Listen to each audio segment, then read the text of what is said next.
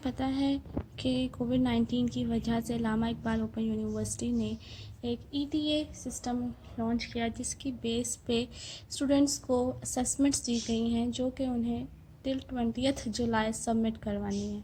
अब regarding these assessments, इनमें जो क्वेश्चंस वगैरह हैं, इन सब के बारे में बहुत सारी कन्फ्यूजन्स चल रही हैं। वीडियो बेसिकली उन्हीं कन्फ्यूजन्स को कम करना, दूर करना तो नहीं कह सकते, क्योंकि हर एक ने एट द एंड अपनी असेसमेंट खुद करनी है, कम करने के लिए है। मुझे बहुत से लोग कांटेक्ट कर रहे थे कि हमने इस क्वेश्चन के मतलब में क्या आ सकता है, क्या नहीं आ सकता, इस वर्ड का क्या मतलब होगा, इसमें हम लोग मेरिट्स डिस्कस करें, डीमेरिट्स डिस्कस करें। तो आई थॉट कि जितना मुझे पता है या जितना मेरा आइडिया है उसके अकॉर्डिंग मैं आप लोगों को गाइड कर दूं। अगर आप लोग ये सोच रहे हैं कि इस वीडियो में आपको एज इट इज़ पूरी असेसमेंट मिल जाएगी सॉल्व और आप उसको कर लेंगे, तो आपको अभी से ये वीडियो स्टॉप करके छोड़ देनी चाहिए, क्योंकि इसमें ऐसा कुछ नहीं होने वाला है। ये वीडियो आपको सिर्फ गाइडलाइन प्रोवाइड करेगी, because all of us know कि क्वेश्चंस ऐसे हैं कि उसका एज इट इज़ जो आंसर है वो आपको कहीं से नहीं मिलेगा। At the end of the day आपको लॉजिकली या क्रिटिकली खुद ही एनालाइज करके अपना पॉइंट ऑफ व्यू दे के क्रिएटिव राइटिंग ही करनी है। So in this video we are going to discuss about the questions of assessment of course code 8609 philosophy of education। में जो क्वेश्चन है उनका आंसर फाइंड करने का जो बेहतरीन तरीका है वो ये है कि क्वेश्चन देखते ही आप गूगल करना स्टार्ट कर दें कि कहीं से आपको इसका आंसर मिल जाएगा, ये वो सब टाइम वेस्ट करने वाली बात है। तो सबसे पहला काम आपने कोई भी क्वेश्चन पढ़ते ही करना है कि आपने अपने बुक के जो कंटेंट्स हैं, सारे चैप्टर के जो स्टार्टिंग में दिए हुए होते हैं, उसको देखना है, और जहाँ जहाँ आपको लग रहा है कि ये टॉपिक जो है वो आपके दिए हुए सवाल से रिलेटेड है, आपने उसको मार्क कर लेना है। जैसा कि आप देख सकते हैं यहाँ मैंने क्वेश्चन नंबर 1 जो अभी रीड किया था उससे रिलेटेड जो मुझे फ़ील हुआ कि ये इसके आंसर में आ सकता है या यहाँ से मेरी हेल्प हो सकती है आंसर लिखने में, मैंने उसको मार्क कर लिया।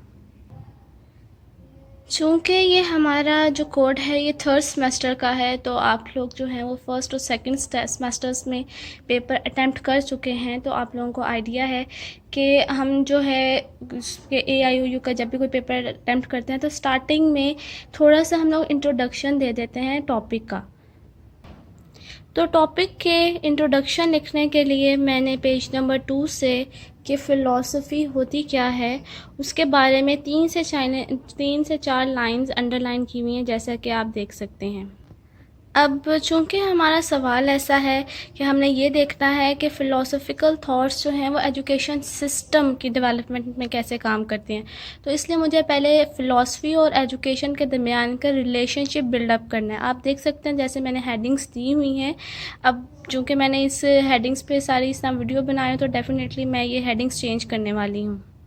यहाँ पे जो है एक बहुत ज़रूरी बात मैं आप लोगों को बता दूँ कि आपको इस वीडियो में इस तरह कहीं हेडिंग दी हुई नज़र आती है तो आपने उसको लाजमी चेंज करना है, क्योंकि फॉर इंस्टेंस अगर ये वीडियो ज़्यादा लोग देखते हैं तो सब लोग एक ही हेडिंग देंगे, तो that will come under the heading of the plagiarism और कॉपिंग, तो जो कि अच्छी बात नहीं है। तो आपको यहाँ पे कोई भी ये हेडिंग्स भी नहीं है, ये आप देख सकते हैं रफ से सिर्फ मैंने आइडिया लिया हुआ है, और जब मैं इसको नीट करूँगी तो तब डेफिनेटली इसमें रिफाइनमेंट्स होंगी, चेंजेस आएंगी। तो मैंने जैसा कि बताया पहले हमने फ़िलासफ़ी की 2 से 3 लाइनों या 4 से 5 लाइनों में डेफिनेशन लिखी है, एंड आफ्टर दैट हमने रिलेशनशिप बिल्डअप थोड़ा सा बताना है कि फ़िलासफ़ी और एजुकेशन के दरमियान रिलेशनशिप क्या है। नेक्स्ट मैं आपको एक बात ये बताना चाहूँगी कि इस पेपर, कोई भी पेपर हो, उसमें सिंपल टेक्स्ट लिखने से बेहतर होता है कि हम उसको ज़्यादा से ज़्यादा हेडिंग्स में कन्वर्ट करें। कहीं पे माइंड मैप इस्तेमाल हो सकता है, वहाँ पे करें, कहीं पे कोई ग्राफ इस्तेमाल हो सकता है, कोई फ्लो डायग्राम इस्तेमाल हो सकती है, तो वो करें। तो जो मेरा इस क्वेश्चन को सॉल्व करने का आइडिया ये है कि मैं इसके बाद जो पहली 2 चीज़ें आपको बताई उसके बाद एक माइंड मैप की तरह की स्केच सा ऐड करूँगी। ये चीज़ मैं हमेशा से इस तमाम जो भी एग्ज़ाम्स होते रहे हैं उसमें यूज़ की है और सबका अच्छा ही रिज़ल्ट आता है। आप जहाँ भी पॉसिबल वहाँ पे माइंड मैप और ग्राफ्स या फ्लो डायग्राम्स वगैरह लाजमी ऐड करें। हमने हर कंपोनेंट जो भी आंसर का होता है उसको रिलेट करना होता है अदर कंपोनेंट से। हमने स्टार्ट की डेफिनेशन ऑफ फिलॉसफी से, देन हमने बिल्डअप किया एजुकेशन और फिलॉसफी में रिलेशनशिप। अब हम बता देते हैं कि एजुकेशन सिस्टम, आप ऊपर 4-5 लाइनों में लिखेंगे कि एजुकेशन सिस्टम के ये मेन कंपोनेंट्स हैं और हर कंपोनेंट के ऊपर जो है वो हमारी जो हमारी जो फिलॉसफी है वो अफेक्ट रखती है। तो इसलिए जो फिर आपने नीचे ये वाला इस तरह का कोई माइंड मैप बना देना है, ग्राफ तो नहीं, माइंड मैप बना देना है या कोई भी संग स्केच सा बना देना है और अच्छा सा करके बना देना है। ये तो मैं आपको रफ दिखा रही हूँ इसलिए मैंने ऐसा बनाया है। फिर जो हमने एक मैप बनाया है उसके अकॉर्डिंग जो है हमारे पास जो first component of any system और एजुकेशन सिस्टम है वो है पॉलिसी मेकिंग।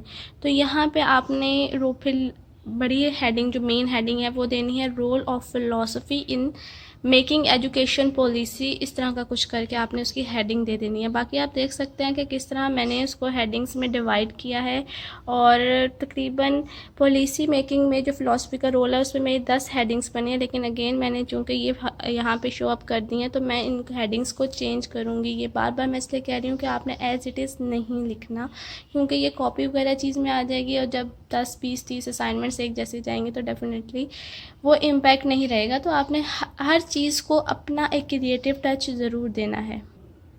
फिर इसके बाद आप देख सकते हैं कि नेक्स्ट हमारा जो कंपोनेंट था वो था कि how philosophy affects aim and या formulation of aim, goals and objectives of education system. तो उसके लिए मेरा जो आइडिया है इस क्वेश्चन को सॉल्व करने के लिए वो ये है कि हमने ये मेन हेडिंग देने के बाद 2-3 लाइनों का इंट्रो लिखने के बाद इसको डिवाइड कर देना है एंशिएंट टाइम की मेन हेडिंग में और बाकी के जो भी पीरियड्स हमारे हैं ये जैसा आप देख सकते हैं नंबर 2 एंड देन नंबर 3, इसमें हमने इसको कर लेना है। अब हर एक हेडिंग के नीचे सब हेडिंग्स आएंगी। अब सब हेडिंग्स में जो मैंने बनाई हैं मैं एंशिएंट पीरियड, अब एंशिएंट पीरियड की मेन हेडिंग, फिर एग्जाम्पल, उसके बाद जो है एग्जाम्पल में हर एग्जाम्पल में aim, philosophy behind the aim and then education based on the philosophy. इस तरह जो है जिस तरह एंशिएंट की मैंने 2-3 एग्जाम्पल्स जो हैं, जिस तरह सबसे पहले हमारे पास जहाँ पे है example you can say yes here we have, एक हमारे पास एग्जाम्पल स्पार्टा की है, फिर रोमन्स की है। तो इस तरह मैंने जो है ये फिर एथेंस की है और फिर एंशिएंट इंडिया की है और उसके बाद फिर नेक्स्ट पीरियड हमारे पास स्टार्ट होता है और उसमें सेम हमने इसी तरह कर देनी है। ये जो आपको लाइन नज़र आ रही है ये पहले आपको पढ़ना ही पड़ेगा, आपको कहीं भी ऐसे नहीं मिलेगा कि एज इट इज़ आप चीज़ लिख लें। ये जो लाइंस आपको नज़र आ रही है it took almost 2 to 3 hours मुझे आइडिया लगाने के लिए कि मैंने इस आंसर में करना क्या है।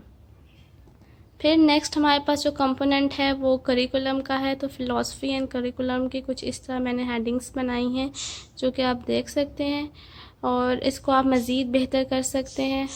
और फिर उसके बाद हमारे पास है philosophy and teacher and next component we have is philosophy and method of teaching. अच्छा, यहाँ पे आपको मैंने जिस तरह पहली हेडिंग का बताया कि अब यहाँ दोबारा एग्जांपल दे देती हूँ। आपने अब यहाँ पे जो मेन हेडिंग देनी है वो आपने ऐसे ही नहीं दे देनी कि philosophy and method of teaching, नहीं, आपने लिख देना है कि impact of philosophical thoughts in formulating teaching methods. तो इस तरह आपने हेडिंग्स को आपका जो भी टेक्स्ट अंदर लिखना है उस हर चीज़ बस दे के जो है वो बता दिया कि कैसे फ़िलासफ़ी जो है वो एजुकेशनल सिस्टम की डेवलपमेंट में अपना रोल प्ले करती है। एक और बात, आपने सारी हेडिंग्स देनी है मार्कर से, हर हेडिंग को डबल अंडरलाइन करना है। अगर आपने ब्लू मार्कर से हेडिंग किया तो उसको डबल अंडरलाइन ब्लैक मार्कर से करना है और अगर ब्लैक से तो ब्लू। ये सारी चीज़ें भी बहुत ज़रूरी हैं। पेपर प्रेजेंटेशन बहुत इंपॉर्टेंट होती है, चाहे आप किसी कोई भी पेपर दे रहे हों। बाकी ये कोई भी अंदर वीडियो में गलती हुई हो या कोई गलत बात कर दी हो या किसी पेज पे गलत स्पेलिंग लिखे हुए तो सॉरी फॉर डैट। मैं सिर्फ क्योंकि टाइम इतना नहीं है और मुझे भी अपना काम करना है और आप लोगों को साथ साथ गाइड करने का भी मैंने सोचा है, तो इसलिए ये सब गाइडलाइन है जिसको यूज़ करके आपने अपना पेपर सॉल्व करना है। क्वेश्चन नंबर 1 है। इसी तरह इंशाल्लाह हर वीडियो में मैं हर क्वेश्चन के बारे में विदिन 2 वीक्स जो है वो गाइड करने की पूरी कोशिश करूँगी तमाम सेमेस्टर्स की। Thank you, Allah Hafiz, and if this video has proved itself as a helping material to you, then do subscribe and do like this video and give your opinion about it in the comment section.